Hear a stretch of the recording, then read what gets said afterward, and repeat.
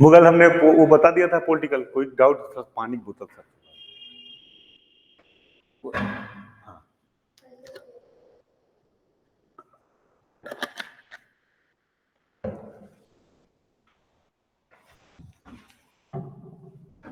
कोई कंफ्यूजन हो, कोई दिक्कत हो तो बताइए।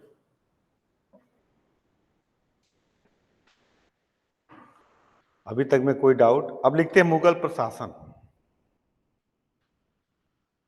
कुछ बताएंगे मुगल प्रशासन के बारे में?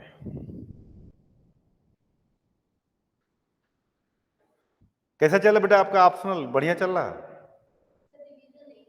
क्यों क्यों रिवीजन क्यों नहीं कर रहे हो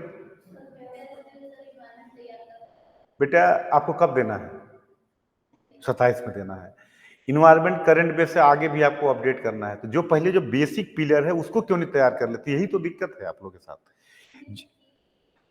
ऑप्शनल को इतना बेहतर कर लो कि ऑप्शनल में 310-15 नंबर आपको आराम से मिल जाए। इस लेवल पे ऑप्शनल को कर लीजिए, और ऑप्शनल कर सकते हो, इसमें नंबर आपको बढ़िया मिल जाएगा। मैं आपको बता दूं, थोड़ी सी मेहनत कर लोगे, हिस्ट्री आपको 305-310 नंबर दिला देगा, फ्री का नंबर है। और अभी आपको 27 देना है। हिस्ट्री ऑप्शनल अगर आप अभी पढ़ लोगे, 4-5 महीने घर पे पढ़ कायदे से कर लोगे, जो दिक्कत हो पूछ लो, तो उसका फायदा क्या होगा आपको कि जीएस का भी हिस्ट्री तैयार हो गया बढ़िया, इस पेपर को बढ़िया, तो ये आपका सॉलिड हो जाएगा ना। ये तो आपका 500 नंबर हमेशा, जब प्री अगर निकल गया तो मेंस में अब इसी में खींच लोगे, तो जीएस में नॉर्मल नंबर में भी, और इसमें कुछ कुछ अपडेट होने वाला है नहीं। हिस्ट्री के साथ अगर अभी आप 27 देना है, देखो स्ट्रेटजी 27 देना है, अभी 4 से 5 महीना ऑप्शनल को बेहतर कर लो। 310-15 नंबर मतलब बहुत खराब करोगे तो भी 290-95 नंबर पा जाओगे, और इतना अगर नंबर मिल गया आपको, जीएस में 100 नंबर भी निकाल ले जाओगे, 100 नंबर भी पा गए तो आईआरएस बन जाओगे। और कुछ में अगर बढ़िया निकल गया तो प्रॉपर हो जाएगा। ऑप्शनल को अभी कुछ मत करो, केवल ऑप्शनल तैयार करो अभी 3-4 महीना, क्योंकि इतनी पकड़ बना लो ऑप्शनल पे कि अगर कोई भी टॉपिक आता है तो उस पर लिखने में दिक्कत ना हो। अगर ऑप्शनल एक बार कर लिए, आप सोचो एक पेपर में आपका लगभग सॉलिड रहेगा। जी फर्स्ट पेपर जो है हिस्ट्री का, फर्स्ट पेपर भी था, और प्री भी आपका तैयार, क्योंकि 20 क्वेश्चन प्री में आना ही है, 18 तो प्री भी तैयार, तो तीनों एरिया आपका तैयार है। यूपी पीसीएस देते हो तो भी दिक्कत नहीं आएगी, क्योंकि यूपी पीसीएस में सबसे ज्यादा वेटेज किसका है? हिस्ट्री का है। 35-40 क्वेश्चन आता है, वो भी आपका तैयार है। तो पीसीएस दोगे तो भी आपको दिक्कत नहीं आएगी। कोई भी एग्जाम दे रहे हो और ऑप्शनल आपका तैयार होगा, तो अगर प्री हो गया ना, इसमें करंट कुछ है ना, कुछ अपडेट करना है ना, कोई रिपोर्ट से मतलब है, कुछ भी मतलब नहीं है। एक अगर अकबर एक बार तैयार हो गया तो तैयार हो गया, फिर उसमें आना नहीं। एक बार बढ़िया से 3-4 महीना दे लो, तो यकीन मान लो अगर दे लिए और ऑप्शनल बढ़िया कर लिए, तो फर्स्ट अटेम्प्ट में प्रॉपर बन जाएगा। एवरेज नंबर भी जीएस में पाओगे तो भी निकल जाओगे। और कहते हैं कि अदर सब्जेक्ट में जो बहुत अच्छा पाते हैं तो 260-70 पाते पाते लटक जाते हैं। हिस्ट्री में एवरेज नंबर लोगों को 260-70 नंबर मिल जाता है। जितने भी ब्यूरोक्रेट्स हैं, जो अधिकारी हैं, जो मेंस देते हैं, सबसे पूछेगा 90% क्या लेते हैं? हिस्ट्री लेते हैं। अब आयोग में जाओ, ऑप्शनल का जब हिस्ट्री की रूम देखोगे, पूरा भरा मिलेगा, क्योंकि इसमें नहीं, दोनों में, इंग्लिश हो चाहे हिंदी हो, दोनों में, दोनों मीडियम में सबसे, क्योंकि सबसे अपडेट नहीं करना ना कुछ। हर आदमी कोई नौकरी कर रहा है, कोई, अब मान लो आज आप पढ़ लिए, मैं पब्लिक एड का भी मेरा पढ़ाता हूँ, हिस्ट्री पब्लिक एड है। अब पब्लिक एड में आज पढ़ाया, 2-3 साल बाद देना है तो आपको काफी चीजें अपडेट करनी पड़ेगी। अब पुराने पढ़ाई पे नहीं, हिस्ट्री आप 5 साल पहले पढ़े हो, फिर भी आपको कुछ अपडेट नहीं करना। तो हमारा लक्ष्य क्या? सिलेक्शन लेना है ना, हमारा कोई वो नहीं है, हमारा लक्ष्य एन केन सेलेक्ट होने का है। हमें हमें और कोई मतलब नहीं कि क्या हमें आता है क्या नहीं आता है, उससे फर्क नहीं पड़ता। आपका सिलेक्शन हो रहा तो आप बेस्ट हो, क्या लिए हो क्या नहीं लिए हो, नहीं हो रहा तो आप कुछ भी लो, कोई फायदा नहीं। इसलिए अभी जो है, अगर चाहते हो वैज्ञानिक, अभी 3-4 महीना दे लो। आप जीएस के 20-20 नंबर का जो पेपर आता है उसके लिए आप लगे हो, जो अपडेट है, और जो 500 नंबर है उस पर आप समय नहीं दे रहे हो। 4-5 महीना उसको दे लो कि पूरा का पूरा चीजें आपकी कंप्लीट हो जाए। जो दिक्कत आए, जो लगे, आप फिर पूछ लो, क्लियर कर लो उसको। आइए मुगल प्रशासन, मुगल एडमिनिस्ट्रेशन देखते हैं।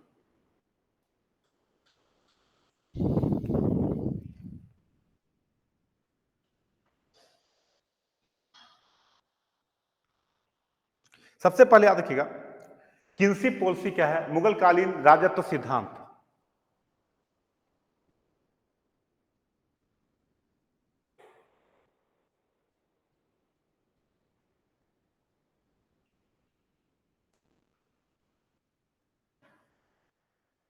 पहला लिखिएगा, मुगल शासकों ने बादशाह की उपाधि धारण की, एडॉप्टेड द टाइटल ऑफ बादशाह, बादशाह की उपाधि धारण की और अपने को खलीफा के आधिपत्य से मुक्त कर दिया, free from the supremacy of खलीफा, खलीफा के आधिपत्य से अपने को मुक्त कर दिया और बादशाह की उपाधि धारण की।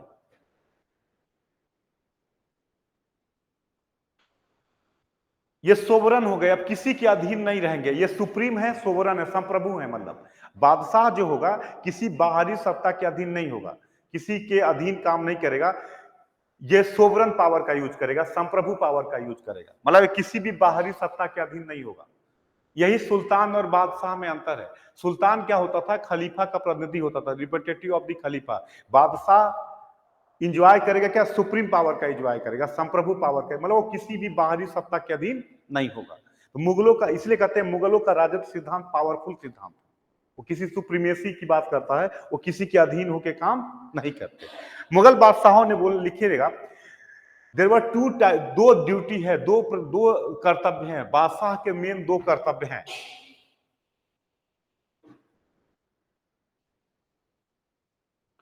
जहां बानी और जहांगीरी, जहां बानी एंड जहांगीरी।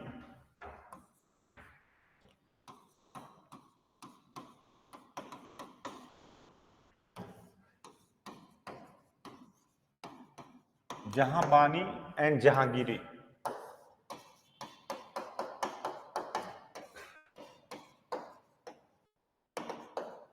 जहां बानी एंड जहांगीरी।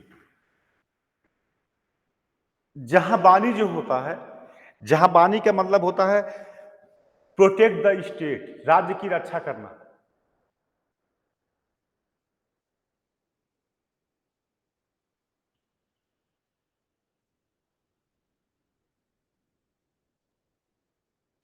और जहांगीरी का मतलब होता है अदर राज्यों पे नियंत्रण करना, अन्य राज्यों पे अधिकार करना, to control the other states.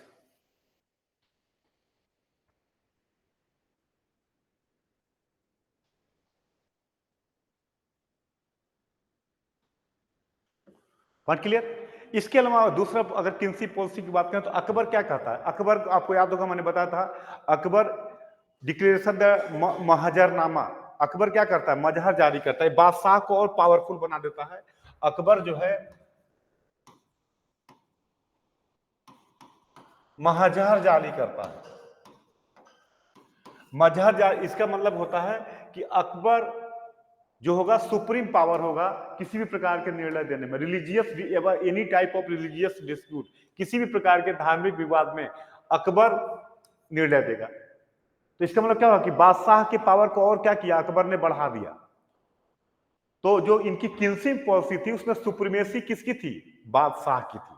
बादशाह play a role as a supreme power, बादशाह क्या होता था, मुख्य मेन रोल अदा करता था, सुप्रीम पावर के रूप में यूज किया जाता था। और इस पावर को अकबर ने और ज्यादा बढ़ा दिया, जब अकबर कहता है कि किसी प्रकार के धार्मिक विवाद में फाइनल अथॉरिटी कौन होगा, अकबर होगा, बादशाह होगा।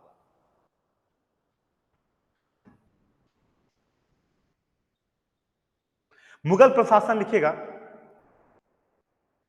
Based on check and balance, नियंत्रण और संतुलन पर आधारित था। Mughal administration based on check and balance, नियंत्रण और संतुलन पर आधारित था।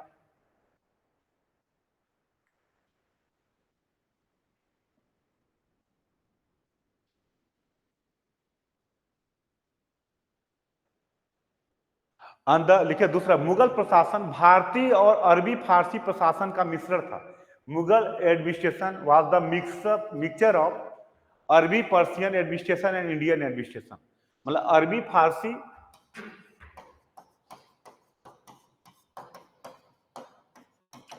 अरबी एंड पर्शियन प्लस इंडियन, दोनों का मिक्सचर था।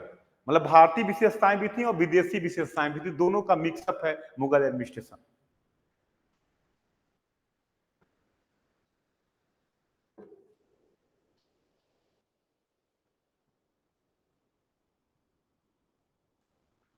मुगल प्रशासन दो अधिकारियों के बीच में डिस्ट्रीब्यूट था, दीवान और सूबेदार।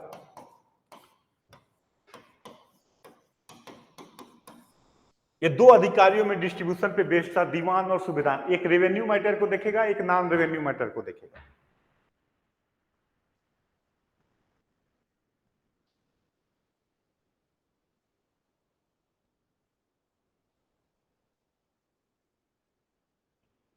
सेंट्रलाइज्ड एडमिनिस्ट्रेशन का एग्जांपल था whole power belonging in Mughal इंपरर।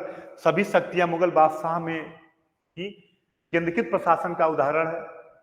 Example of centralised administration, whole power belonging in Mughal emperor. केंद्रीकृत प्रशासन का उदाहरण है, सारी शक्तियां मुगल उसमें थी।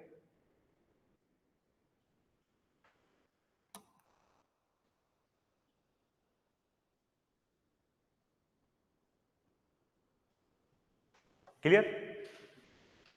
पहला पद जो है इनका है था वजीर, लेकिन इसके बावजूद क्या था, कैबिनेट जरूरी है।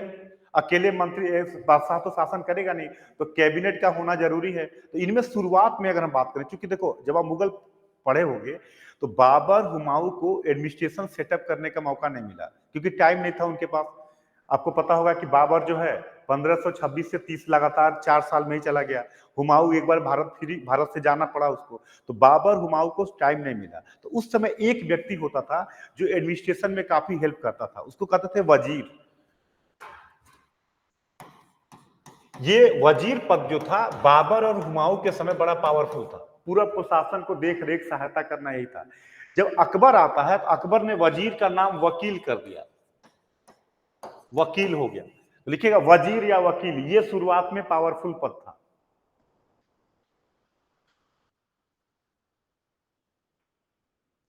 और बैरम खान ने इस पावर का बड़ा यूज किया। वकील का पद जो है, बैरम खान अकबर के समय इस पावर का काफी एक्सरसाइज किया था। बैरम खान ने इस पावर का काफी एक्सरसाइज किया था।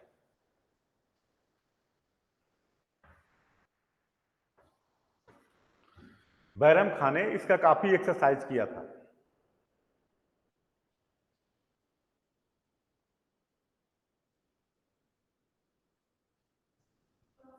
बैरम खां आप पढ़े होगे, बताते ना, बैरम खां पानीपत के प्रथम युद्ध में बैरम खान ने इस पावर का काफी यूज किया।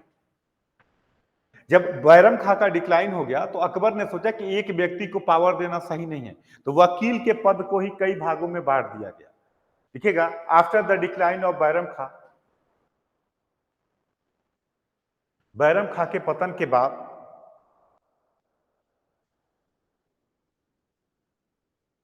Akbar ended the monopoly of वकील।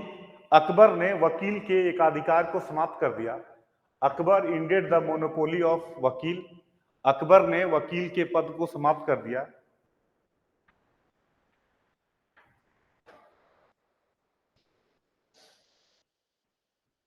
And sharing the right of वकील अमंग द 4 अदर ऑफिसर्स। और वकील के अधिकारों को 4 अन्य अधिकारियों में बांट दिया। And sharing the power of वकील अमंग द अदर 4 ऑफिसर्स। और वकील के शक्तियों को 4 अन्य अधिकारियों में बांट दिया।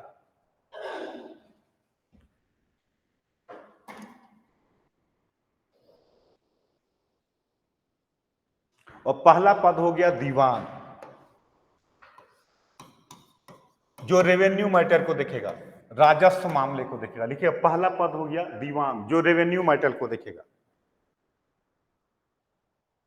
जो फाइनेंस का सुप्रीम ऑफिसर था, वित्त और राजस्व का सर्वोच्च अधिकारी था। इसका देखिए ये बहुत पावरफुल ना हो जाए, इसलिए इसका ट्रांसफर भी होता रहता था, ट्रांसफरेबल था। लिख दीजिएगा the post is transferable.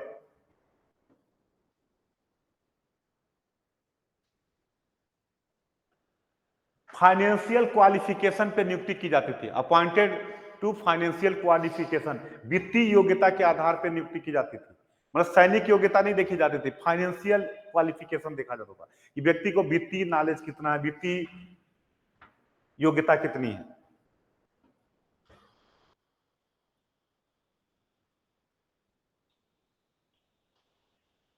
Akbar कालीन जो दीवान रहे, लिख लीजिएगा अकबर के काल में कौन कौन दीवान थे।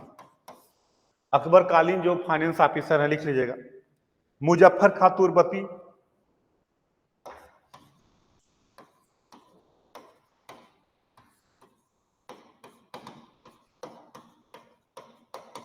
मुजफ्फर खां तुर्बती, टोडरमल,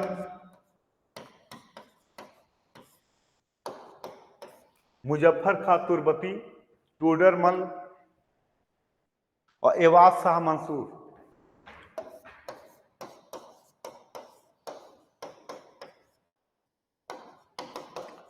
ये सभी तीनों जो थे अकबर के काल के थे, दीवान रहे, अकबर के काल के फेमस दीवान रहे मुजफ्फर खां तुर्बती, टोडरमल एंड एवाज शाह मंसूर। जहांगीर के काल में बना एतमादुद्दौला,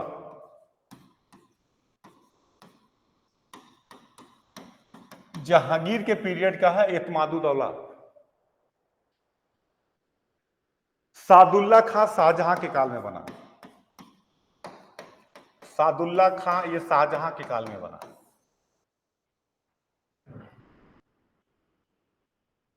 असद खां औरंगजेब के काल का, असद खां, सादुल्ला, एतमादुद्दौला ये जहांगीर के काल में बना।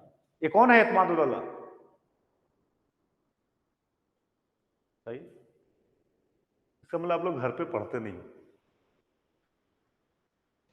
एतमादुद्दौला गयास बेग, जहांगीर का, नूरजहां का बाप है।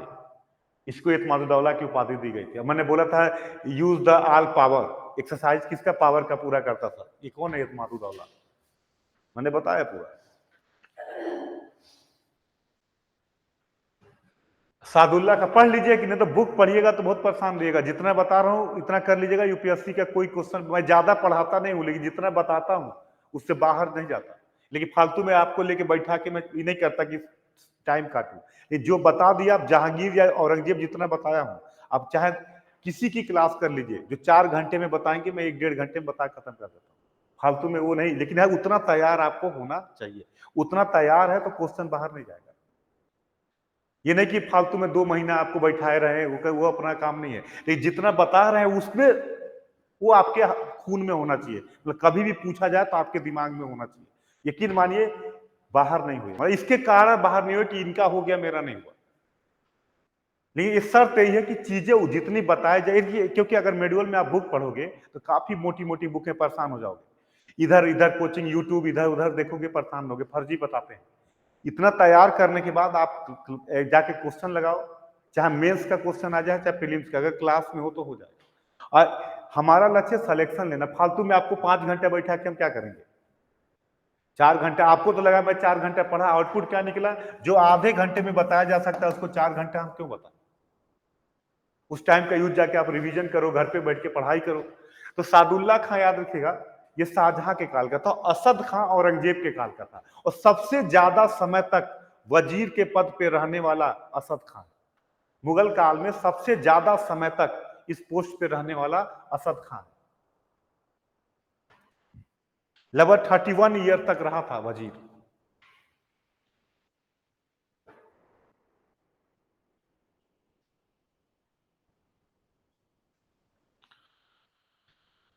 पॉइंट क्लियर है? तो वजीर का अगर आ जाएगा, वजीर का पोस्ट, सब में आईएएस अगर दीजिएगा पूछता है, वजीर का पोस्ट ट्रांसफरेबल है। फाइनेंशियल क्वालिफिकेशन देखी जाती थी। अलग अलग व्यक्तियों को जिनकी सैनिक योग्यता से ज्यादा किसकी देखी जाती थी? फाइनेंशियल योग्यता को देखी जाती थी। और अलग अलग, अकबर के काल में 3 लोग रहे अलग अलग समय में। इसके बाद जहांगीर, शाहजहां और इनके काल में ये वजीर रहे, जिसमें सबसे ज्यादा लंबे समय तक रहने वाला असद खान।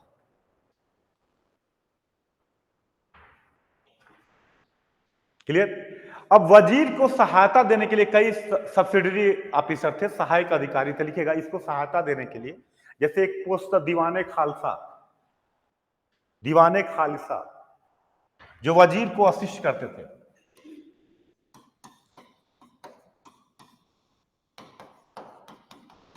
ये गवर्नमेंट लैंड को देखने वाले थे, शाही जो भूमि थी उसकी देखभाल करते थे।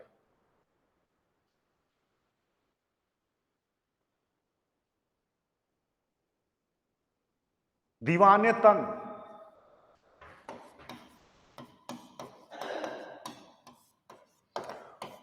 वेतन और जागीर की देखभाल करने वाले थे। पेमेंट देना, जागीर देखना, इनको देखभाल करते थे। ये सब असिस्ट करते थे दीवान को। इसके बाद दूसरा बड़ा पोस्ट है जो अकबर ने बनाया वकील के पद को हटा के, वो था मीर बख्शी। मीर बख्शी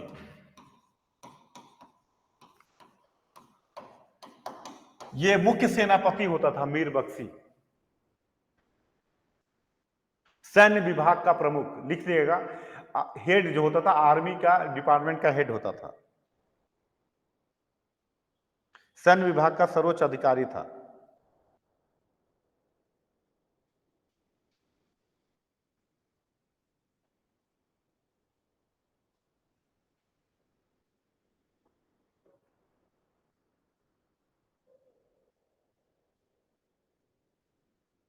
क्लियर। ये सैनिक विभाग को देखना, सैन्य के लिए देखना। तीसरा होता था मीर ए समा। मीर ए समा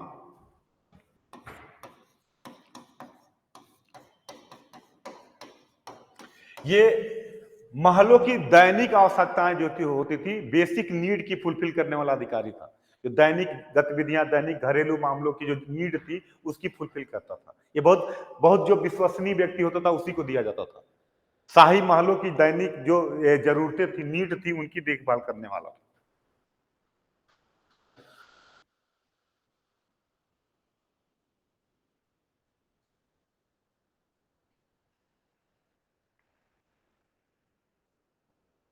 और अगला है सदरे सुदूर।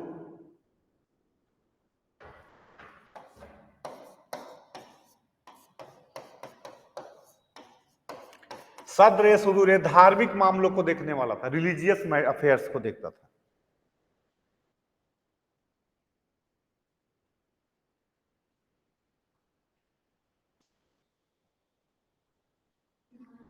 धार्मिक मामलों से संबंधित अधिकारी था, दान पुण्य करना, धार्मिक मामलों के देखभाल करने के। ये चार मेन ऑफिसर थे।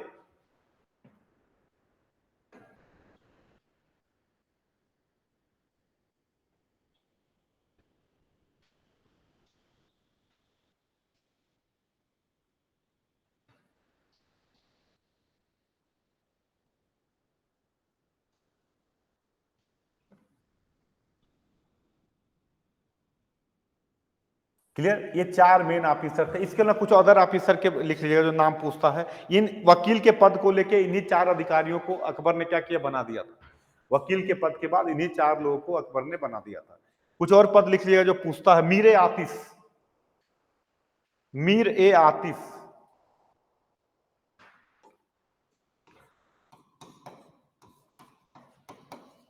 मीर आतिश यह आर्टिलरी का हेड था, तोप खाने का हेड था। तोप खाना, आर्टिलरी का हेड था। तोप खाने का हेड था मीर आतिश। दरोगा ये डाक चौकी।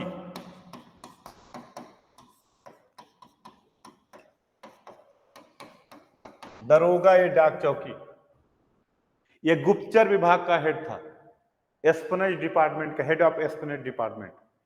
गुप्तचर विभाग का हेड था, गुप्तचर का प्रमुख था। दरोगा ये डाक चौकी।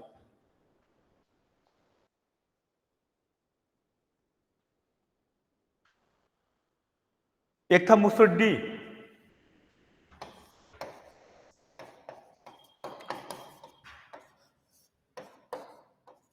मुसड्डी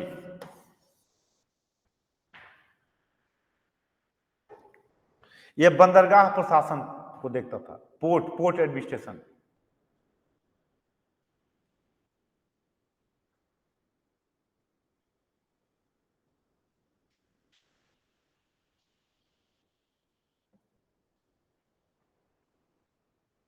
एक था मुहस्सिब जो कह सकते हैं कि कोड ऑफ कंडक्ट को देखता था, नैतिक आचरण को। Code of conduct, मुहस्सिब।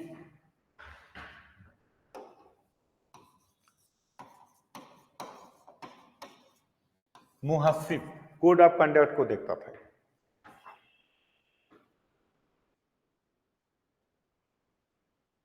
इसके अलावा काजी उल कुजात न्याय विभाग को देखता था। मुख्य काजी होता था काजी उल कुजात, न्याय विभाग।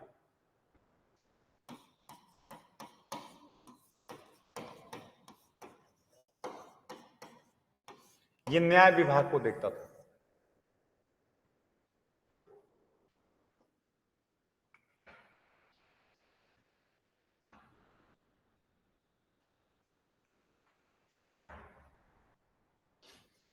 क्लियर। इसके बाद मुगल जो प्रशासन था वो प्रोविनेंस में डिस्ट्रीब्यूट था, प्रांतों में, और प्रोविनेंस को सूबा कहा जाता था।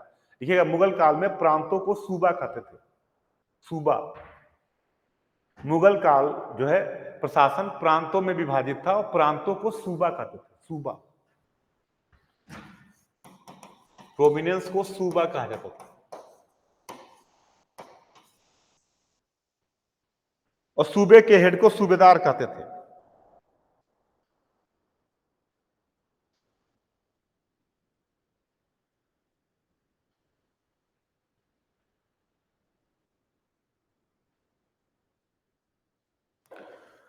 इसका काम था पूरे सैनिक असैनिक मामले को देखना, सूबेदार होता था। और इसके बाद एक अधिकारी होता था प्रांतीय दीवान। जो काम वहां दीवान और मीर बख्शी करते थे, यहाँ पे सूबेदार और प्रांतीय दीवान करते थे। इसी को कहते हैं चेक एंड बैलेंस, किसी को पूरा पावर न देना। जैसे आज क्या होता है, इसी प्रशासन, इसी प्रणाली को आज लिया गया। जैसे आप देखो जिला प्रशासन जो आज का है, डीएम होता है और एसपी होता है। डीएम के पास लैंड ऑर्डर होता है, कानून व्यवस्था। एसपी के पास पुलिस होती है। किसी को पूरा पावर नहीं दिया जाता। चेक एंड बैलेंस है। डीएम में दो भागों में जिला प्रशासन, ये सेम मुगल प्रशासन में था। प्रांतीय दीवान होंगे और सूबेदार होगा। दीवान रेवेन्यू मैटर को देखेंगे और ये अन्य मैटर को देखेगा। ठीक है, तो एक व्यक्ति के पास पावर न देके पावर को क्या किया गया, चेक एंड बैलेंस कर दिया गया। एक को रेवेन्यू दिया गया तो सेना नहीं दी गई, एक को सेना दिया गया तो रेवेन्यू नहीं दी गई। तो इस प्रकार से प्रांतों में दो अधिकारी होते थे, एक सूबेदार होता था, एक प्रांतीय दीवान होता था।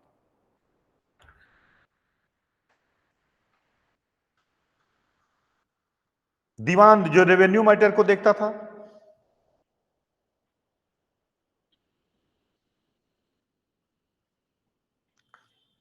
इसके अलावा बख्शी होते थे जो सैन्य विभाग को देखते थे, बख्शी।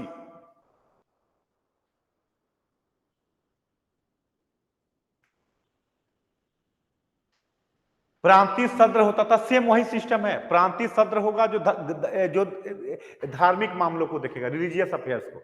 प्रांतीय सद्र होगा जो धार्मिक मामले को देखेगा। सद्र, सद्र वही जो सद्र बताए हैं ना आपको, वही प्रांतीय सद्र होगा जो धार्मिक मामलों को देखेगा।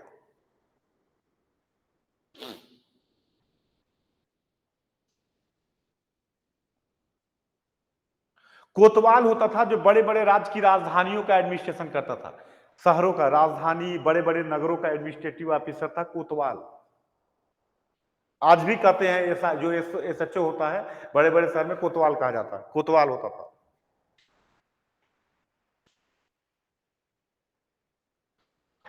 क्या वो बेटे, हाँ बताओ।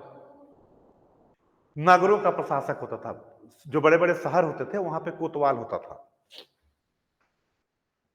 तो देखिए जो प्रांत में अधिकारी कौन कौन होंगे, सूबेदार,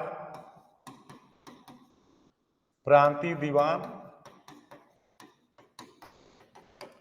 प्रांतीय सद्र, बख्शी और आपका कोतवाल। इतने ऑफिसर होते थे प्रांतों में।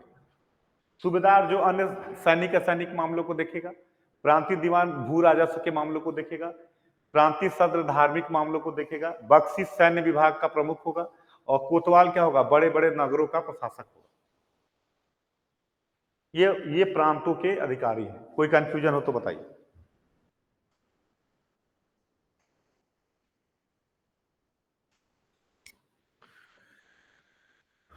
एनी इशू, कोई दिक्कत हो तो बताइए। कोई कंफ्यूजन, कोई इशू हो तो बताइए।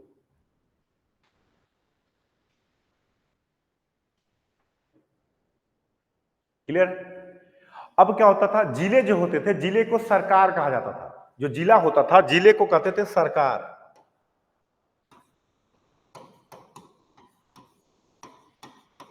जिले को सरकार कहा जाता था। और जिले का प्रशासक होता था फौजदार। सेम फौजदार क्या करेगा, जो जो सूबेदार काम करेगा वही जिले में काम करेगा फौजदार। सैनिक असैनिक मामलों को देखेगा। दीवानी और रेवेन्यू मैटर को देखता था अमल गुजार, ये राजस्व मामले को देखता था अमल गुजार।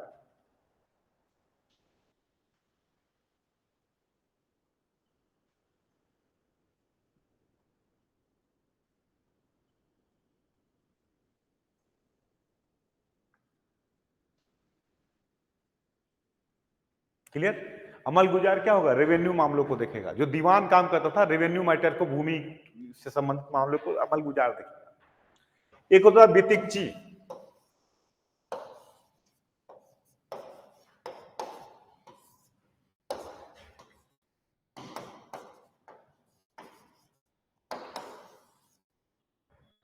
बितकची जो होता था ये क्लर्क होता था जो भूमि से संबंधित रिकॉर्ड को मेंटेन करता था। जो पेपर तैयार करता था, भूमि से संबंधित रिकॉर्ड के पेपर को मेंटेन करता, maintain the record of land, बितकची।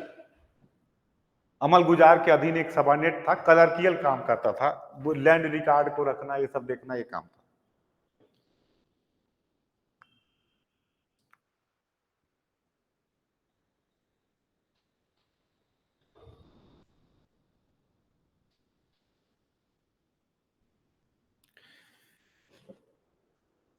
इसके बाद खजानदार होता था, जो कैशियर होता था जिले का, खजानदार।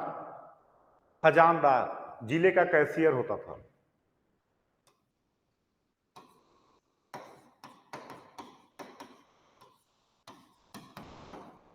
जिले का कैशियर होता था ये खजानदार, खजांची जिसको कहते हैं।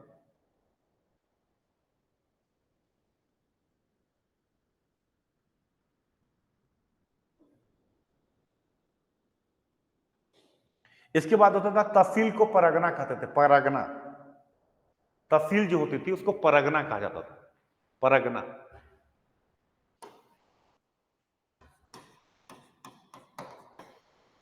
तहसील को परगना कहते थे। और परगने में सिकदार होता था, सिकदार, जो अन्य सभी मामलों को देखता था, सिकदार। परगने में जो सूबेदार फौजदार होता था, परगने में सिकदार। और रेवेन्यू मामले को देखता था आमिल।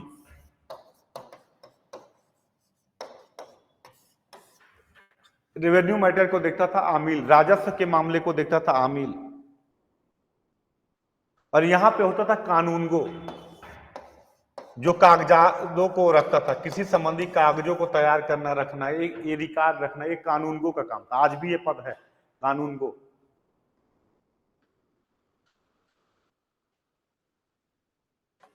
ठेकेदार जनरल एडमिनिस्ट्रेशन को देखता था, आमिल रेवेन्यू मैटर को देखता था, कानूनगो जो है रिकॉर्ड रखता था, maintain the record of land. मतलब भूमि का रिकॉर्ड रखता था कानूनगो। आज भी जब आप गांवों में देखिए कानूनगो आता है, नपाई जो फाई होता है, तो वहीं से चला आ रहा, पश्चिम में होता है।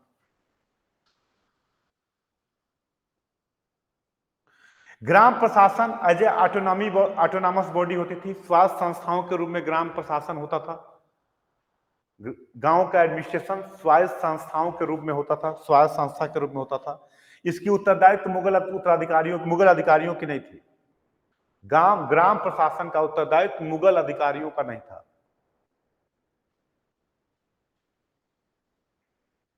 ग्राम पंचायतें और ट्रेडिशनल वे में गांवों का एडमिनिस्ट्रेशन देखा जाता था। गांव के मुखिया को ग्राम प्रधान, मुकद्दम या चौधरी कहते थे।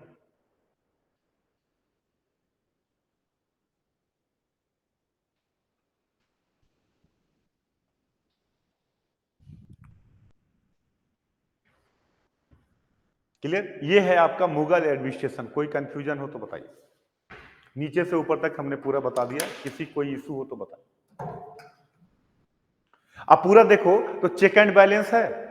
किसी एक व्यक्ति को पूरा पावर नहीं दिया गया, पावर को क्या किया गया है, अधिकारियों में डिस्ट्रीब्यूट कर दिया गया, जिससे कोई एक व्यक्ति पावरफुल ना बने।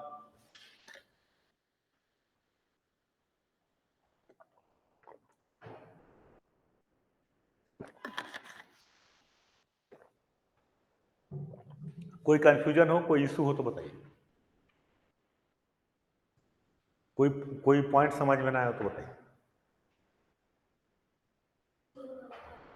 ये परगना, परगना जो होता है तहसील होता है आजकल, जिसे आप जो आज भी पढ़ोगे तो गांव के ऊपर तहसील होता है, जहां पे आप जिसे जो एसडीएम होता है जो तहसील पे बैठता है, तो ये तहसील होता था। जैसे जिले को कई भागों में डिवाइड करते थे तो तहसील को परगना कहते थे वो लोग।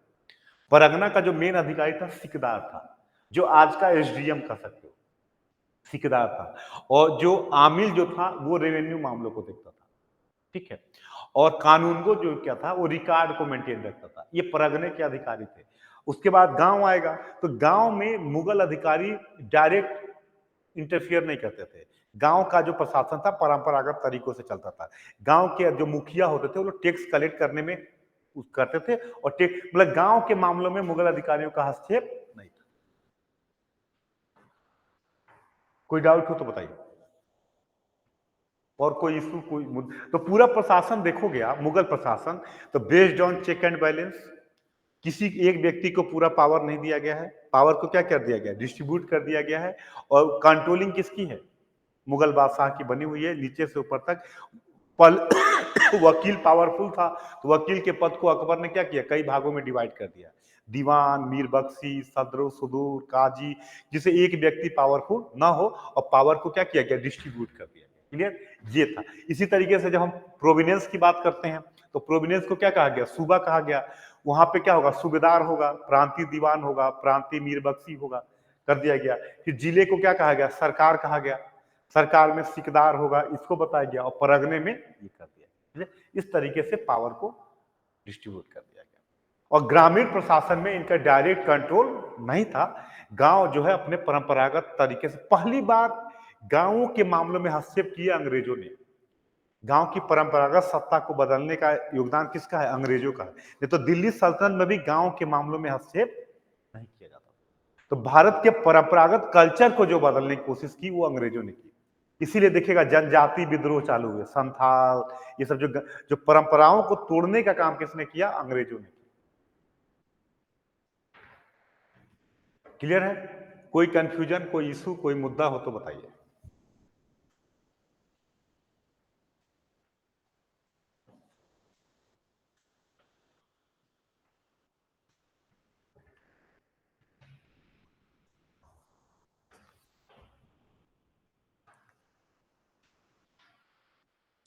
मुगल कालीन मॉनेटरी पॉलिसी लिख लीजिएगा, मुद्रा व्यवस्था क्या थी।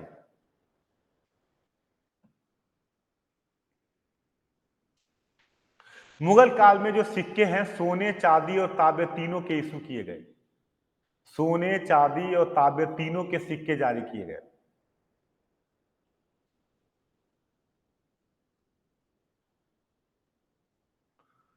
बाबर ने काबुल में चांदी का सिक्का शाहरुख, बाबर ने काबुल में एक चांदी का सिक्का शाहरुख जारी किया। चांदी का सिक्का शाहरुख, शाहरुख के नाम पे एक चांदी का सिक्का जारी किया था। और कांधार में बाबरी नाम का सिक्का, चांदी का ही सिक्का था, कांधार में बाबरी, बाबरी नामक क्वाइन इशू किया था।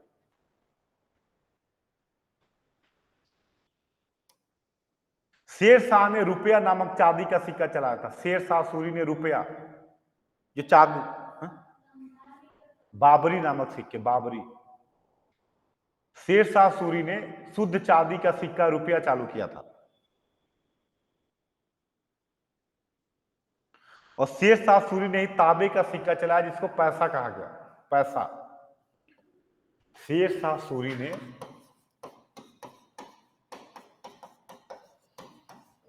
चांदी का सिक्का, रुपया, शुद्ध चांदी का सिक्का था, रुपया चालू किया था।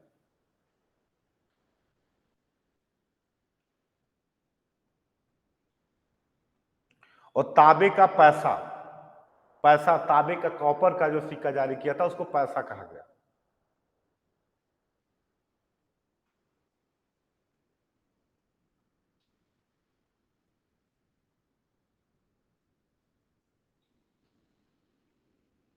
अकबर कालीन सिक्के लिखेगा, अकबर के काल। अकबर ने एक बड़ा सोने का सिक्का जारी किया जिसको संसद कहा जाता है, संसद। अकबर के काल का सबसे बड़ा सोने का सिक्का है संसद।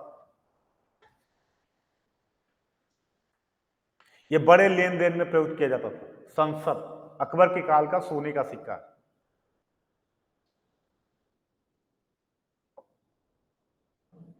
इसके अलावा अकबर ने एक सोने का सिक्का इलाही चलाया था, सोने का सिक्का था। अकबर ने एक सोने का सिक्का चलाया था इलाही। ये मेन यही यूज किया जाता था लेन देन में, इलाही सोने का सिक्का था।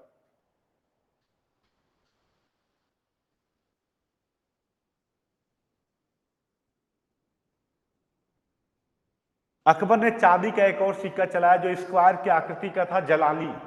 जलाली ये चांदी का सिक्का था, ये यूपी पीसीएस कई बार पूछा है, और स्क्वायर के आकार का था, वर्गाकार।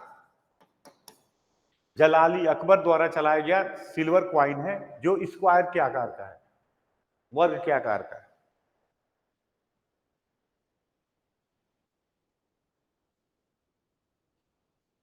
इसके अलावा अकबर ने तांबे का एक सिक्का चलाया था जिसको दाम कहा गया था, दाम।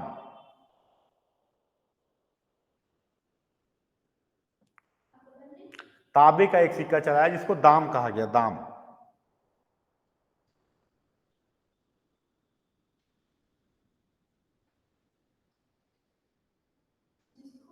दाम, दाम, DAM, दाम कहा गया।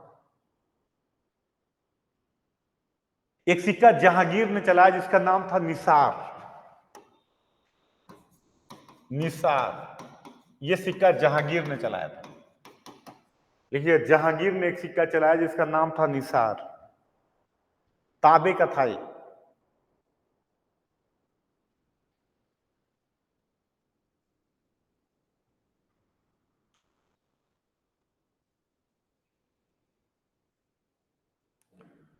और शाहजहां ने आना नामक सिक्के चलाया था, आना।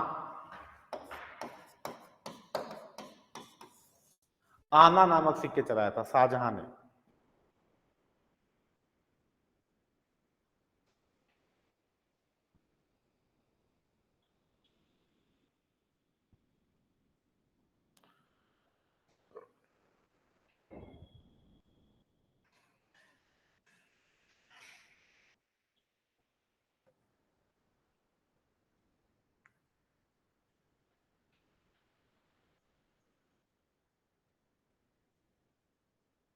क्लियर? ये था आपका मुगल कालीन क्वाइंस जो इशू किए गए थे, जो मुद्दा था। तो इस प्रकार से हमने देखिए स्थापत चित्रकला मैंने पहले ही बता दिया है, संगीत का सबके काल का पहले काम वाइज बता दिया है, ये सब हमने पूरा आपको करा दिया है।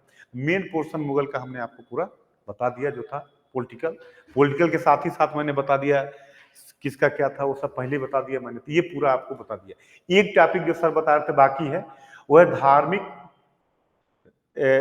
धर्म सुधार आंदोलन, सोशल रिलीजियस मूवमेंट, उसको भी कर लीजिए, फाइनल खत्म हो जाए। धार्मिक सामाजिक सुधार आंदोलन जान लीजिए कुछ पॉइंट।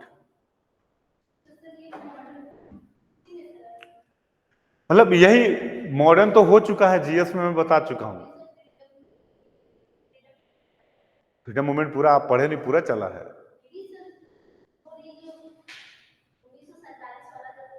वो तो करा चुका हूं मैं। अरे वो पूरा सिलेबस केवल बाकी है, धार्मिक सामाजिक सुधार आंदोलन। आप आए नहीं हो, वो जो लड़की आई थी पूछे, नोट्स मैंने देखा, धार्मिक 1947 तक कैबिनेट मिशन ये सब पूरा बताया जा चुका है, केवल बाकी है सामाजिक धार्मिक सुधार। एक बार देख लेना, आप पूछ लेना, जो हमें बताया गया है सामाजिक धार्मिक सुधार आंदोलन केवल बाकी, सोशल रिलीजियस मूवमेंट। उसके बाद अगली क्लास आप आए नहीं थे, लिया था मैं, कैबिनेट मिशन ये सब हो चुका है, देखो पूछो। पूरा मॉडर्न आप यहाँ क्लास में दिक्कत ये है कि बच्चे रेगुलर नहीं आते, कभी आएंगे ऐसे आए, कहीं भी आप पढ़िए, आज नहीं, आप दिल्ली जाओ कहीं जाओ, अगर आप रेगुलर क्लास में एक साल नहीं पढ़ेंगे तो सिलेबस पे पकड़ आपकी नहीं बनेगी, क्योंकि ये क्लासें क्या है, लिंकअप है। और मैंने यहाँ देखा, जहां तक कि अन्य जगहों पे देखता हूँ, यहाँ 4 दिन कोई आएगा, 2 दिन नहीं आएगा और सोचेगा यार, तो फिर क्या आप किसकी तैयारी कर रहे हो? यूपीएससी की, आईएएस की?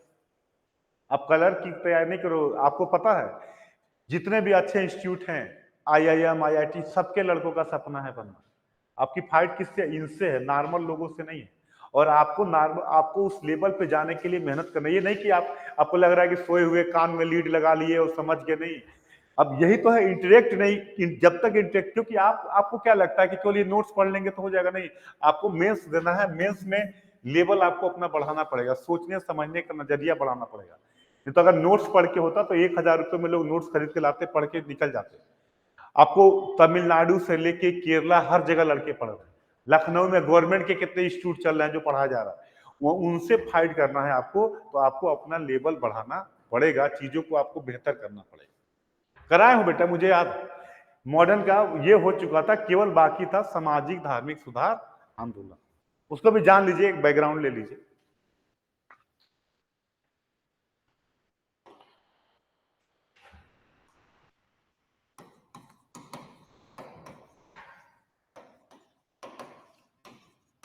सोशल रिलीजियस मूवमेंट, सामाजिक धार्मिक सुधार आंदोलन, ये क्या है? सबसे पहला क्वेश्चन आता है कि इसको why it is called social religious movement. हमको समाज में सुधार करना है, लेकिन हम क्या करते हैं कि सामाजिक धार्मिक सुधार आंदोलन की बात करते हैं। तो पहला क्वेश्चन आता है, इसको सामाजिक धार्मिक सुधार क्यों कहते हैं? कहना तो चाहिए सोशल रिफॉर्म। तो याद रखिएगा, 18th सेंचुरी में religion was scented in society. जो रिलीजन था वो समाज के केंद्र में था। लिखिएगा, 18वीं शताब्दी में जो धर्म था वो समाज के केंद्र में था। Religion was in centre of society. जो धर्म था वो समाज के केंद्र में था।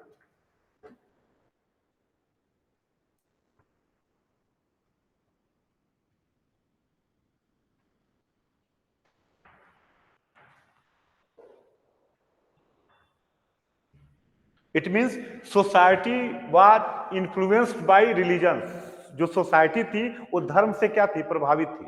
तो ऐसे में अगर आपको रिलीजन सोसाइटी में चेंज करना है तो धर्म में चेंज करना अनिवार्य होगा। इसलिए कहते हैं कि society and religion both were connected to each other. लिखिएगा, 18th सेंचुरी में समाज और धर्म एक दूसरे से जुड़े हुए थे। Society and religion both were connected to each other, दोनों एक दूसरे से जुड़े हुए थे। 18वीं शताब्दी में समाज और धर्म दोनों एक दूसरे से जुड़े हुए थे। समाज धर्म से प्रभावित था।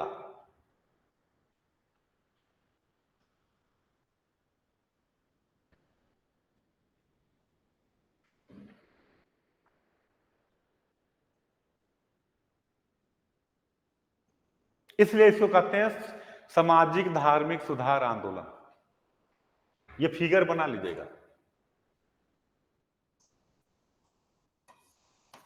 रिलीजन एंड सोसाइटी दोनों कनेक्टेड थे, एक दूसरे से जुड़े हुए थे। रिलीजन को जो अच्छा लग रहा था, सोसाइटी उसी अकॉर्डिंग चल रही थी।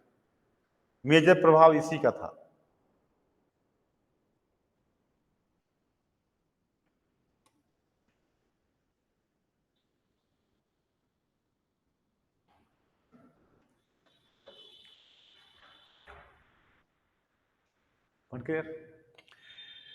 अगर आप देखें तो उस समय समाज में प्रॉब्लम क्या थी? रिफॉर्म किसी समाज में अगर प्रॉब्लम देखें तो दो प्रकार की प्रॉब्लम आपको मेजर मिलेगी। एक तो महिलाओं की स्थिति खराब थी। कई प्रकार की women was facing many type of challenge. महिलाएं कई प्रकार की समस्याओं का सामना कर रही थी। कई प्रकार की बुराइयों से जो कंडीशन था महिलाओं की, मतलब अपलिफ्ट करना बहुत जरूरी था कंडीशन ऑफ वुमेन को।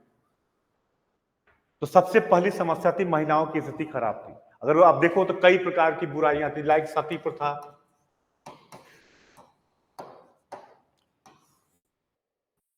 द कंडीशन ऑफ विडो, विधवाओं की स्थिति काफी खराब थी।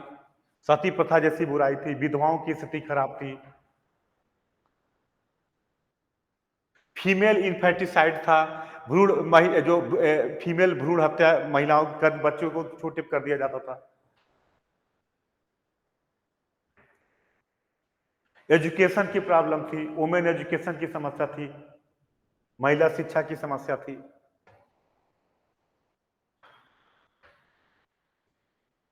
बाल विवाह, चाइल्ड मैरिज जैसी समस्या समस्या थी।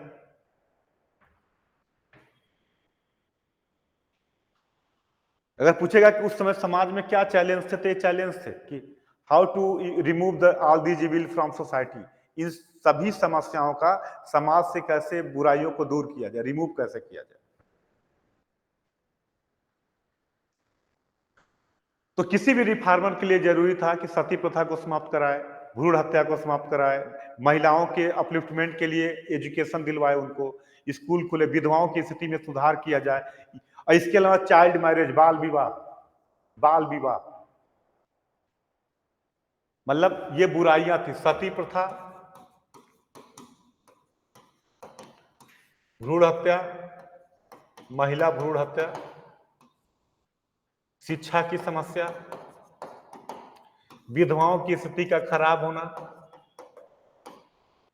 और आपका बाल विवाह। ये सब उस समय की बुराइयां थी जिसको दूर करना जरूरी था। 18th सेंचुरी में महिलाओं में ये प्रॉब्लम। अब सती क्या है, जिंदा ही किसी महिला, कोई मजाक बात है, सोचिए कि आपका पति मर गया तो उसमें आपकी क्या गलती है। बाल विवाह हो गया, आप 70 साल के व्यक्ति से 14 साल की लड़की की शादी करोगे तो जल्दी मरेगा ही। अब वो बेचारी विधवा होगी, अब उसको सजा के बेबी के रूप में करके जिंदा जलाना ये आसान काम है। सोचिए तो राजा राम मोहन राय, जिसको हम कहते हैं फादर ऑफ इंडियन रिनेसा, कहते हैं राजा राम मोहन राय की भाभी को जला दिया गया था। 1818 में राम मोहन राय की भाभी को जलाया गया, और 1818 के बाद एंटी सती मूवमेंट चालू करते हैं वो राजा राम मोहन राय। तो सोचिए कितना अमानविक रीत रहा होगा। विधवाओं की स्थिति खराब थी, उनको बिस्तर नहीं दिया जाता था सोने के लिए, खाने पीने में काफी वर्जन था सोसाइटी में उनको। तो ये सब जो एजुकेशन नहीं था महिलाओं के पास, तो ये जो प्रॉब्लम थी, समाज इन बुराइयों से, और इनको आवरण किसको देते थे, रिलीजन के द्वारा जोड़ देते थे कि जो महिला सती होगी वो देवी हो गई।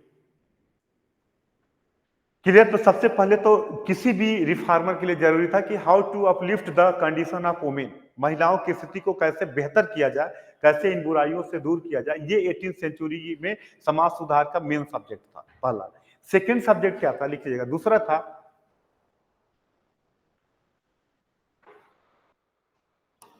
समाज में अनटचबिलिटी, छुआछूत को कैसे खत्म किया जाए,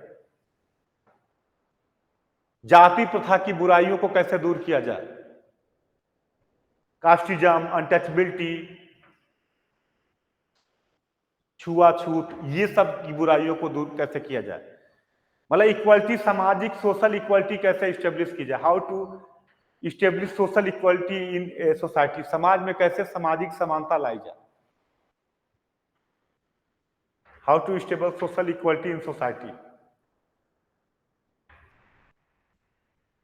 all these were the problem in 18th century.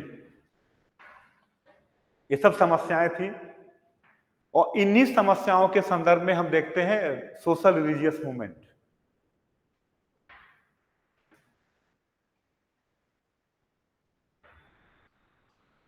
अगर कोई पूछेगा कि तो किसी भी रिफॉर्म के लिए ये दोनों प्रॉब्लम, जब समाज में समानता नहीं होगी तो इक्वलिटी आएगी, समाज क्या होगा, डिवीजन में विभाजित होगा। तो जब ये लाएंगे तभी तो राष्ट्रीय आंदोलन का प्रभाव पड़ेगा, जब समाज एक होकर अंग्रेजों के खिलाफ लड़ेगा। तो इन लोगों ने कोशिश की कि समाज में कैसे एकता, जैसे दयानंद सरस्वती क्या कहते हैं, वेदों की ओर लौटो। दयानंद सरस्वती कहते हैं कि महिलाओं को भी वेद पढ़ने का अधिकार है। दयानंद सरस्वती सभी को, हर जाति के लोग को वेद पढ़ने का अधिकार देते हैं। तो ये क्या है, सामाजिक समानता लाने की बात करते हैं, जनेऊ पहनने का सबको अधिकार देते हैं। जब जब हम ब्रह्म समाज की बात करते हैं तो कहता है कि कर्म कांडों का विरोध करता है, पूजा जाति समानता की बात करते हैं, ब्राह्मणों की सुप्रीमेसी का विरोध करते हैं, रिचुअल्स का विरोध करते हैं ब्रह्म समाज। इसका मतलब क्या हो, समाज में समानता लाने की कोशिश की जाए। तो ये दो प्रकार की बुराइयां थी, सामाजिक समानता कैसे स्टेब्लिश हो और महिलाओं की स्थिति कैसे दूर हो। इन्हीं दो के इर्द गिर्द हमारा पूरा सामाजिक सुधार चलता है, और आज भी यही बुराई है। आज भी समाज को आप जब पढ़ोगे तो यही दो प्रकार की प्रॉब्लम है। आज भी कास्टिज्म है, आज भी अनटचबिलिटी है, आज भी भेदभाव डिस्क्रिमिनेशन किया जाता है। ये और आज भी अब देखो, अब तो काफी महिलाएं अपलिफ्ट हो रही हैं, लेकिन अभी भी अगर देखें कई जगहों पे प्रॉब्लम आपको दिखाई दे। कहते हैं कि एक महिला जो होती है, कहा जाता है कि जब महिला साथ शुरुआत में होती है, जैसे 10 साल 11 साल की हुई, तो उसको जिम्मेदारियां बताई जानी चालू हो जाती है कि तुम्हारी ये जिम्मेदारी है, तुम्हारी वो जिम्मेदारी है। तो सबसे पहले वो बेटी के रूप में जिम्मेदारी निभाती है, बहन के रूप में जिम्मेदारी निभाती है, फिर वो बीवी के रूप में जिम्मेदारी निभाती है। तो लास्ट तक वो जिम्मेदारी, उसको हम अधिकार नहीं देते, जिम्मेदारियां केवल देते चले जाते हैं। ये समाज की विडंबना है। अभी 16 साल का लड़का है, वो 25 साल की लड़की को गवर्न करना चालू कर दे, तुम्हें कहां जाना है, कहां नहीं जाना है, ये गवर्न करने चला। घरों में लड़की है तो पूरी जिम्मेदारी निभाएगी, लड़का है तो कोई लेना देना नहीं, उसको सही से अपना कपड़ा रखने नहीं आता। नहीं, घर वाले तो क्या है, शुरू से ही महिला को हम एक जिम्मेदारी के रूप, हमारे समाज की समस्या है, जिम्मेदारी के रूप देते कि तुम वो दूसरे घर जाना है, परिवार को संभालना है। तो ऐसे में कहते हैं कि उसके बावजूद महिलाएं आईएएस बन रही है। उसके बावजूद तो ये कहते हैं ना कि ये महिला, इसलिए कहते हैं कि महिला पूजनीय हमेशा होती है अलग अलग रूप में, और शक्ति की देवी के रूप में जाना जाता है। इतनी समस्याओं के बावजूद, शुरुआत से रिस्पॉन्सिबिलिटी को लेने के बावजूद, हर जगह जिम्मेदारी निभाते हुए महिलाएं अपने जीवन को लेकर चली जाती हैं। इसीलिए अगर महिला देखिएगा तो अपने आप में कई प्रकार की शक्ति की रूप है महिला। मजाक बात नहीं है किसी को अपने पेट में 9 महीना रखना, फिर उस तकलीफ से बाहर निकालना, जननी के रूप में। इसलिए कहते हैं कि महिला, और सबसे ज्यादा समस्या समाज में महिलाओं के साथ ही रही। ये भी दुर्भाग्य है समाज का। अगर देखो तो कई प्रकार की सती प्रथा, ये प्रथा अलग अलग रहा। तो ऐसे में आज भी समाज इनको आगे बढ़ाने के लिए कैसे आगे लाया जाए, और धीरे धीरे चीजें आगे बहुत बदल रही हैं। तो ये 18वीं सेंचुरी में सबसे ज्यादा प्रॉब्लम इन्हीं की। इसलिए एक ऐसे आता है कि क्या महिलाओं को पावर देना चाहिए कि नहीं देना चाहिए, रिजर्वेशन जो, उसमें लिखिएगा कि जब जब महिला को पावर मिला है, महिलाओं ने पावर का बेहतर यूज किया है। चाहे रजिया सुल्तान को ले लो, चाहे आगे आप इंदिरा गांधी को ले लो, किरण बेदी को ले लो। तो जब तक हम पावर नहीं देंगे, हम कैसे जानेंगे कि महिला अच्छा काम कर रही है कि नहीं कर रही? तो जब तक पावर देंगे तभी तो पता चलेगा ना कि वो बेहतर यूज पावर का कर रही है कि नहीं कर रही। हम केवल महिला को देवी का आवरण देके किनारे कर देते हैं। जब पावर देंगे तो गलती पुरुष भी गलत करता है, तो अगर महिला गलत करेगी तो क्या देगी? तो पहले पावर तो दो उनको। इसलिए महिला को रिजर्वेशन मिलना चाहिए। क्लियर? तो ऐसे में अगर आप देखोगे तो दो ही प्रकार की समाज की समस्या रही है। How to uplift the condition of women, महिलाओं की जो स्थिति है उनको कैसे अपलिफ्ट किया जाए, बेहतर किया जाए। और दूसरी प्रॉब्लम रही है सोशल इक्वालिटी कैसे लाई जाए। तो जो हमारा रिलीजियस मूवमेंट चला, इन्हीं दोनों के इर्द गिर्द चला, जिसमें मेजर फोकस रहा ब्रह्म समाज रहे, आर्य समाज रहा, थियोसोफिकल सोसाइटी रही। उसके बाद आपका क्या कहते हैं, मुस्लिम में भी चला, जैसे अलीगढ़ मूवमेंट चला सर सैयद अहमद का, बहाबी मूवमेंट चला, इनका चला, तो मुस्लिम में भी चला, पारसियों में भी चला। लेकिन इस प्रकार से जो आज आप देख रहे हो संविधान में अनुच्छेद 14 से 18, आर्टिकल 14 से 18, इन्हीं का प्रभाव है। ये जो प्रभाव रहा, भक्ति आंदोलन में भी यही दो मुद्दे थे, जाति समानता को कैसे दूर किया। तो ये शुरू से आज जो परिवर्तन दिखाई देता है, इन्हीं सुधार का प्रभाव है। 100% तो कुछ भी नहीं होता, लेकिन फिर भी काफी 0% से 70% पहुंचाने में इनका काफी बड़ा योगदान है। आई बात समझ में? तो ये चीजें जो है आज इसका एग्जाम्पल है कि अंडर 10 में देखिए महिलाएं, यही देख लीजिए 10 लोग हैं तो 8 महिलाएं पढ़ रही हैं। आप कहीं क्लास में चले जाइए तो 80 लड़कों की स्ट्रेंथ है तो 60 लड़कियां पढ़ रही हैं। 10-20 लड़के आते हैं, वो भी रेगुलर नहीं आते, वो भी बस आते हैं वो। तो ये दिखाता है कि आज के 20-30 साल बाद एक नए प्रकार का समाज दिखाई देगा। आज के 30-40 साल बाद एक नया समाज होगा। जब सोशियोलॉजी पढ़िएगा तो समाज का जो एक पैटर्न होगा, चेंज दिखेगा आपको, जो धीरे धीरे दिखना चालू हो गया। जो धीरे धीरे चीजें, जो काम पुरुष करता था कि अच्छी नौकरी मिल गई तो अपनी पुरानी बीवी को छोड़ देता था, अब वो महिला कर रही है, अच्छी नौकरी मिल गई तो पति को छोड़ दो। तो ये गलत सही नहीं मैं बोल रहा हूं, एक पैटर्न होगा कि महिलाएं पावर में आएंगी, गवर्न करेंगी और एक बड़े लेवल पे डिसीजन मेकिंग में बड़ा रोल अदा करेंगी। क्योंकि जो जो फाइनेंशियली मजबूत होता है वही डिसीजन मेकर होता है। जब महिलाएं पावर में आएंगी तो फाइनेंशियली मजबूत होंगी, जब फाइनेंशियली मजबूत होंगी तो अपने आप डिसीजन मेकर भी बनेंगी, और जब डिसीजन मेकर बनेंगी तो अपने आप कंडीशन क्या होगा। क्योंकि देखिए अगर आपको पावर में तब तक नहीं आइएगा जब तक डिसीजन में परिवार में ही है। अगर आपको निर्णय में भागीदार नहीं बनाया जा रहा तो आपका कोई मतलब नहीं। परिवार अगर कोई निर्णय ले रहा है और आपको निर्णय में वो पार्टिसिपेट नहीं कराया जा रहा तो कोई मतलब नहीं है। तो जब पार्टिसिपेट तभी होगा जब आप पैसा कमाओगे, जब आपकी कुछ आइडेंटिटी होगी, जब वो बनेगी तो अपने आप क्या होगा, निर्णय में आपकी भागीदार बनाया जाएगा। और जब निर्णय में भाग, इसीलिए कहते हैं कि आप कुछ ना करिए, महिलाओं की कंडीशन तब तक नहीं सुधरेगी जब तक महिलाएं डिसीजन मेकिंग में पार्टिसिपेट नहीं करेंगी। और डिसीजन मेकिंग में जैसे आप कहते हो प्रधानपति, हम कहते हैं कि प्रधानपति, कहते नहीं कि ये प्रधानपति हैं, तो महिला की कहते हैं कि महिलाओं को प्रधान का पावर दे भी दो तो महिला यूज नहीं करती, उसका हस्बैंड यूज करता है या उसका भाई यूज करता है, महिला यूज नहीं करती। चलो एग्री, मैं मान लिया। लेकिन अगर एक भी महिला यूज कर रही है तो रोल मॉडल बन रही है, पहली बात। दूसरी बात यह है कि ये क्यों नहीं यूज हो रहा है, क्योंकि महिलाएं इकोनॉमिकली अभी भी डिपेंड है। उनको ये डर रहता है कि 5 साल बाद क्या होगा, पति के ऊपर ही डिपेंड रहे। तो अगर चाहते हो कि महिलाएं अपने पावर का बेहतर यूज करें तो महिलाओं को इकोनॉमिकली इंडिपेंडेंट बनाओ। और जब महिला इकोनॉमिकली इंडिपेंडेंट होगी उसको डर नहीं होगा ना कि 5 साल बाद मेरा क्या होगा, तो वो क्या करेगी, खुद ही निर्णय में क्या करेगी, पार्टिसिपेट करेगी। और इकोनॉमिकली इंडिपेंडेंट जितनी ज्यादा महिलाएं होंगी समाज का स्वरूप वैसा ही बदलता चला जाएगा। सामाजिक जो व्यवस्थाएं हैं अपने आप चेंज होनी चालू हो जाएंगी, कई प्रकार की जो पुरानी व्यवस्था है, क्योंकि जब वो होंगी तो निर्णय में भागीदार होंगी।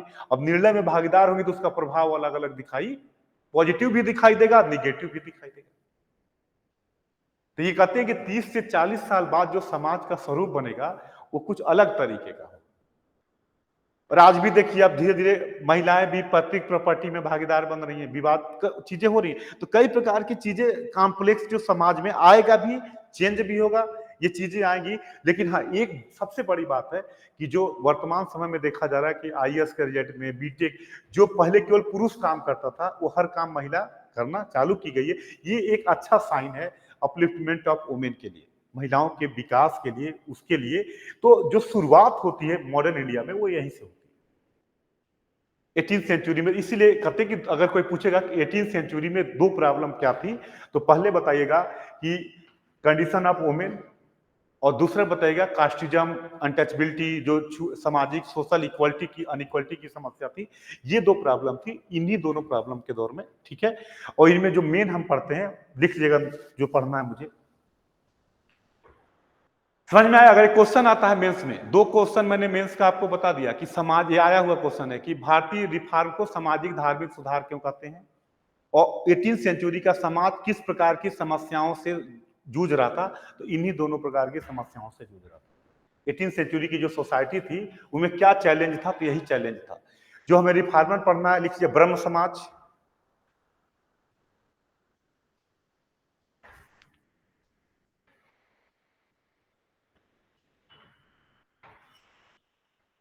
Arya Samaj,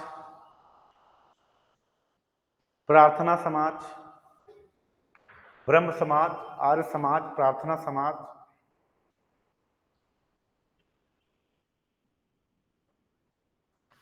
theosophical society, theosophical society, theosophical society,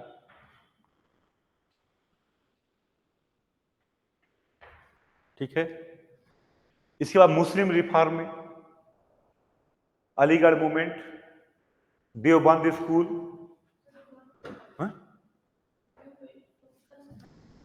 मुस्लिम सुधार में, मुस्लिम सुधार में, मुस्लिम सुधार में पहला है अलीगढ़ आंदोलन, अलीगढ़ मूवमेंट।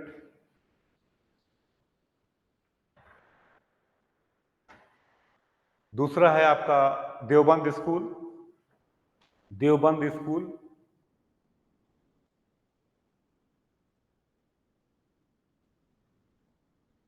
देवबंद स्कूल और बहावी आंदोलन, बहावी आंदोलन, बहावी आंदोलन, बहावी आंदोलन। क्लियर, इतने हो जाएगा तो आपका ये टॉपिक और जो कानून बने हैं जैसे सती प्रथा को समाप्त करने के लिए, वीडियो रीमैरिज के लिए, जो मेजर लिखिएगा कानून, मेजर लॉ एक्ट जो बने हैं, मुख्य अधिनियम जो बने हैं।